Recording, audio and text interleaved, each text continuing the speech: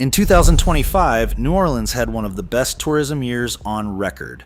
An estimated 19.4 million visitors came through the city, spending roughly $10.8 billion, 8% more than the year before.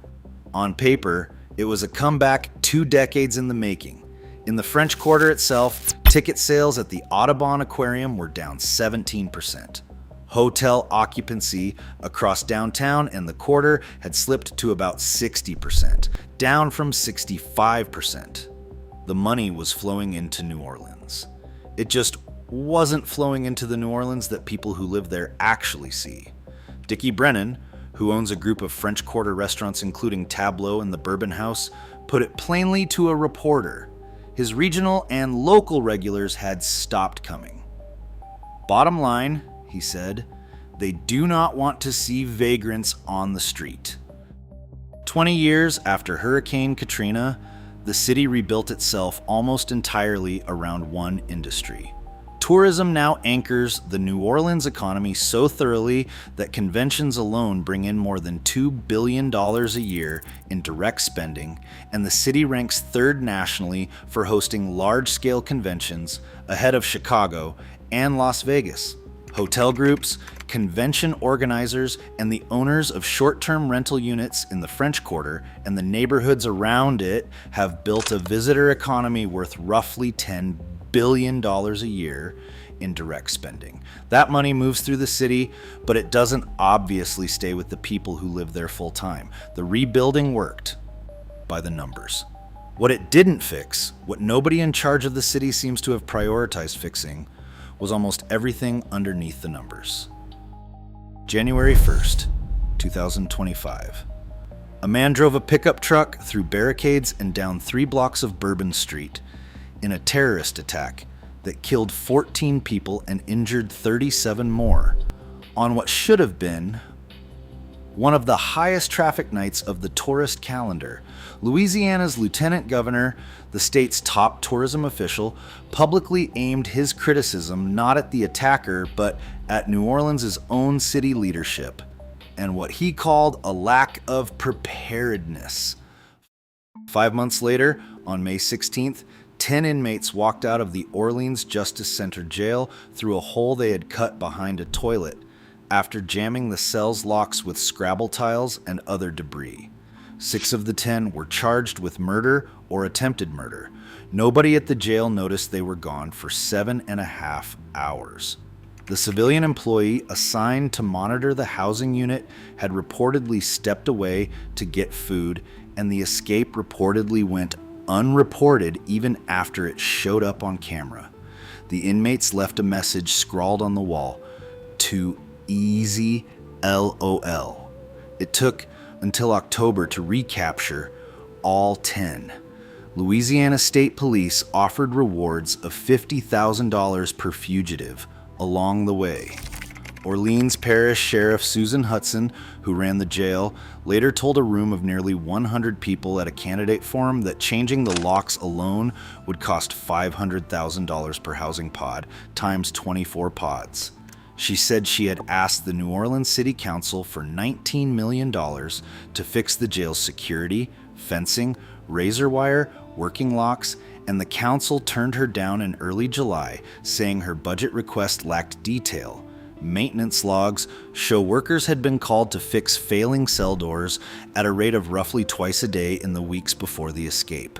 A state audit released months later found more than 10,500 instances where jail employees had worked combined shifts exceeding the office's own 16-hour limit, on top of over $19,000 in late fees. The sheriff's office had racked up on vendor invoices between 2022 and 2025, the byproduct, auditors said, of a governmental accounting system that was 38 years old. Then there's the mayor herself. LaToya Cantrell became the first woman elected mayor in New Orleans' 300-year history in 2018. In August 2025, with 5 months left in a term she could not run for again, she became the first sitting mayor in that same 300 years to be indicted by a federal grand jury. Prosecutors charged her and her former bodyguard, retired NOPD Officer Jeffrey Vappy, with conspiracy, wire fraud, and obstruction of justice. The allegations that starting in October 2021, Cantrell and Vappy carried on a personal relationship while the city paid Vappy as though he were on duty, including during at least 14 out-of-state and international trips prosecutors said were arranged so the two could be truly alone. Investigators said Cantrell lied about when she had turned on a feature that auto-deleted her text messages, timing that lined up suspiciously with reporters starting to ask questions. In September 2025, she pleaded guilty. Around the same time, the mayor's office was in a separate fight with the Orleans Parish School Board over $20 million the city owed as part of a $90 million settlement. Money stemming from a 2019 lawsuit that found the city had illegally withheld tax revenue meant for public schools in the first place. Cantrell signed a budget that included the payment, then said she had not understood what she had agreed to and accused the district of financial mismanagement instead. None of this happened in a city that could afford to look away from its own problems. Since Hurricane Ida hit in 2021, a dozen property insurers operating in Louisiana went out of business, and others simply stopped writing new wind and hail coverage in the state. By the following year, roughly 120,000 Louisiana property owners found themselves scrambling for new coverage after their own providers pulled out entirely.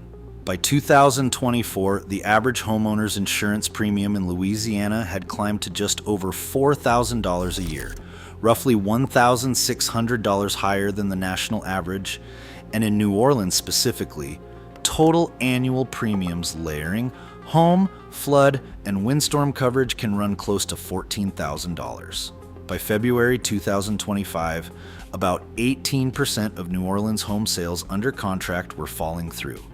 Because buyers couldn't secure insurance, they could afford roughly double the rate from a year before.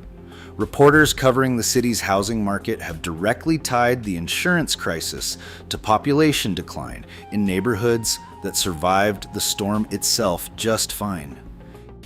Even the widely touted 2025 visitor numbers came with an asterisk. State tourism officials didn't advertise as loudly. Foreign visitors to Louisiana were down somewhere between 15 and 20% compared with the year before, a decline officials attributed partly to shifting federal trade and immigration policy and to a chill in Canadian travelers' willingness to visit the United States at all. Hotel occupancy in downtown New Orleans and the French Quarter, averaged across the full year, came in around 5% below 2024 levels. The state's own tourism leaders had been predicting 2025 would set an all-time record. It didn't. So the visitor numbers went up over the two-decade recovery, and the people who actually live in New Orleans kept leaving anyway, or watched their insurance bills eat the savings Katrina recovery was supposed to build back. The tourists spending $10.8 billion a year are, in a real sense, subsidizing a city whose own government couldn't keep its jail locked, couldn't keep Bourbon Street secure on its highest profile night of the year, and whose own mayor pleaded guilty to defrauding it. Nobody with real power answered for most of it.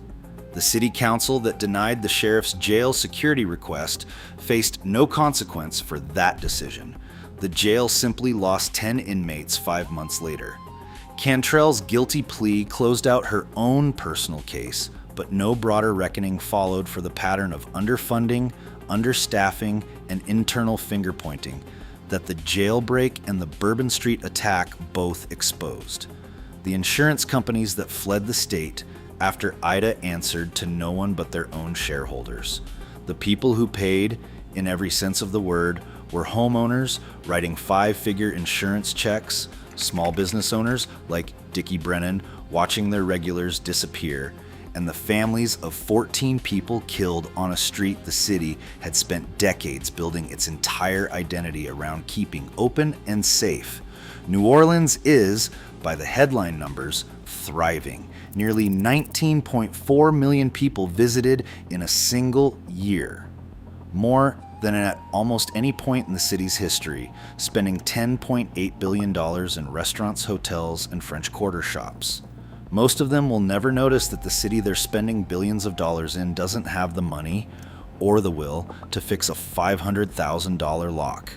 They'll fly home from a weekend that felt like the New Orleans they came for, while the sheriff keeps asking a city council for jail funding, the insurance bills keep landing in mailboxes across neighborhoods the storm itself never touched, and the restaurant families who fed tourists for generations quietly watch their own neighbors decide it isn't worth the trip downtown anymore.